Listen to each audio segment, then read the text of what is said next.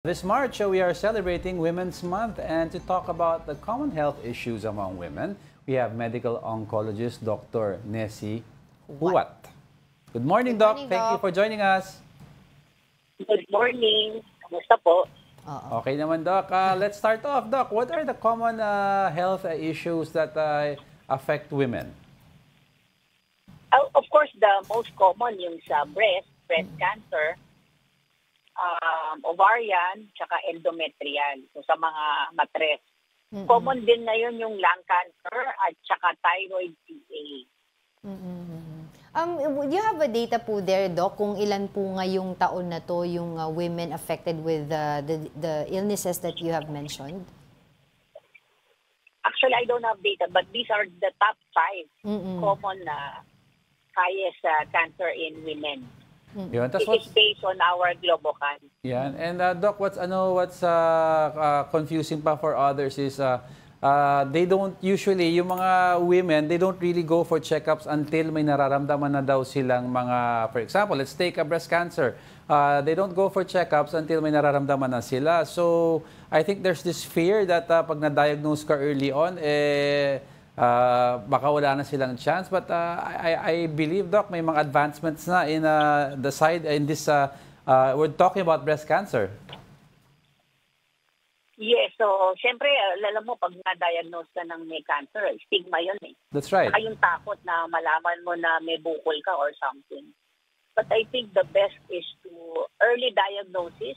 Ibig sabihin, malaman natin ng maaga, makuha natin na mas maliit. Kasi kung sakali, mas makonti ang treatment eh. Mas less yung gastos. At saka mas mahahaba ang buhay mo pag early diagnosis eh. Early stage yung tinatawag natin. Yes, Doc. Pag early diagnosis, for example, nahuli natin, let's talk about for now lang, yung breast cancer. Pag nahuli natin at stage 2 or 1, what's the common expectancy for that? Life expectancy in the next 5 years or 10 years, you have at least 90% life expectancy if you found it at an early stage. Usually po, ano pong age nagre-range po ngayon yung mga kababaihan na nagkakaroon specifically po nitong nung breast cancer? Alam mo, nakikita namin mas maaga silang nadadiagnose, like early, like 40s. Alam mo, dati mga 60s yan eh. Ngayon, because of the screening, maganda na kasi yung screening natin eh. Nakikita natin ng mas maaga. So may mga nakikita kaming 30s, 40s. Konti na lang yung mga may edad eh. Kahit mga 70s, hindi na magganong kadami. Yeah, Doc, yung screening ba kasama ba daw doon yung mammogram pa rin? Kasi ang dami nang sasabi, medyo masakit daw ang mammogram, Doc. Medyo nga daw. But there are mga ilang seconds yun. Now, aside from mammogram, may kasamang ultrasound na rin ng breast. Importante rin yun kasi minsan may nami-miss. At saka maganda ngayon, kasama sa PhilHealth ang screening. Yeah. Okay. Pero I was wondering, Doc, what are the challenges po na kinakaharap po, especially po kayo, yung mga medical practitioners natin when it comes to screening, yung check-up po ng mga women, mga kababaihan po natin sa rural areas? Of course, one challenge is walang mammography or walang gamit dun sa rural area. Hindi lahat, kasi mahal din po yung mammography. Yeah. Second, yung culture, yung health literacy din eh. We have to educate yung mga tao natin, yung mga pasyente na this is very important.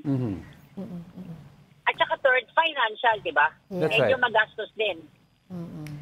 Pero Doc, since we're talking about yung common health issues among women, at what age should women have at least a general checkup to determine if they have any of the common issues that yung sinasabi niyo po nasa top 5? Okay, for breast, 40 years old and above, kailangan na ng screening, mammography noon. Pag cervical CA, pap smear at the age of at least 20, kung yung may sexual intercourse na, you can start doing your pap smear or your HPV testing. For thyroid, usually, lang yung clinical, kinakapa. Endometrial at saka ovarian, very difficult to assess. Kasi nga, late na yan nakukuha eh. But if you have symptoms of bleeding, very important na you go to your medical physician. Meron po mga nagtatanong na ilang mga kababaihan po, Doc, tungkol dun sa, is it myth or a fact, yung kapag hindi daw po kayo nag-go through ng breastfeeding process, ay mas susceptible daw po ang kababaihan sa breast cancer? Well, ang sabi nila, you lessen the risk, but it's not 100% na talagang magkakaroon. Nakita niyo yung mga babaeng hindi nagbuntis, high risk din yun because of the estrogen level. The estrogen level is the one that's causing breast cancer. It's a risk factor. Alright, siguro advice na lang po natin, Yes, Doc, doon sa mga kababaihan po natin ngayon on maintaining their overall health po. At saka baka maengganyo Overall sila, health. Doc, na magpa-check up na rin.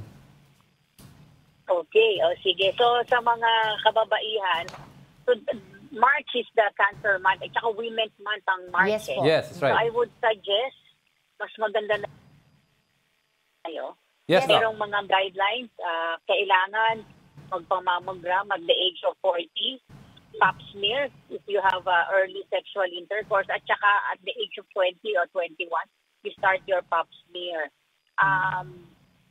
Pangalawa, isipin natin na yung sa konsulta package kasi ng PhilHealth, may coverage na rin po yung mammogram. Yes. So to lessen the gastos, magpa-accredit kayo ng konsulta package ng PhilHealth. Meron po bang mga sa inyo pong association na, Doc, mga naka-line up na activities para po sa mga kababaihan? Kakatapos lang ng Cancer Summit, meron kasi kami nung for women's health. Pero next year meron ulit. Siguro by May, baka may mga programa kami na ilo-launch for genomic testing for hereditary screening for breast cancer. Alright, thank you for your time. That was a medical oncologist, Dr. Nessie Huat. Importante rin kasi talaga pangalagaan, lalo na ngayon na sineselebrate Health, natin ang Women's Month. Health, Women's Month rather. I-highlight din natin na, of course, yung mga kababaihan, dahil sobrang busy nila sa ginagawa nila. May it be housewife sila, businesswoman sila, or whatever career they have chosen to do. Talagang importante din na check yung health. There's certain sicknesses kasi that women are more predisposed to because of yung estrogen levels. Yes, yun nga yung sinabi rather ni Doc than, kanina But then, tulad naman sa mga kalalakihan naman, may certain sicknesses na we are more predisposed to because of testosterone.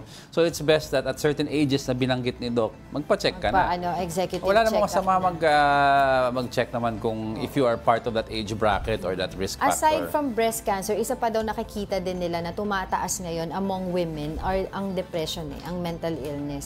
Siguro yung sa mga work-related issues or family issues na de-depress yung mga kababaihan at tumataas yun. Isa rin yun sa dapat na mga tinitingnan din yung mental health awareness. Pag nag-approach ng menopause, parang yung sa lalaki naman yung andropause, di ba? Yes. They go through a depression kasi may chemical imbalance May changes sa levels ng hormones mo So, pero yung na-take ko dun sa sinabi ni Doc Nessie tungkol dun sa challenges nila sa mga rural areas. Kasi mahirap talaga yung information and of course yung willingness ng mga tao magpa-check up. And more importantly, takot sila sa gastos.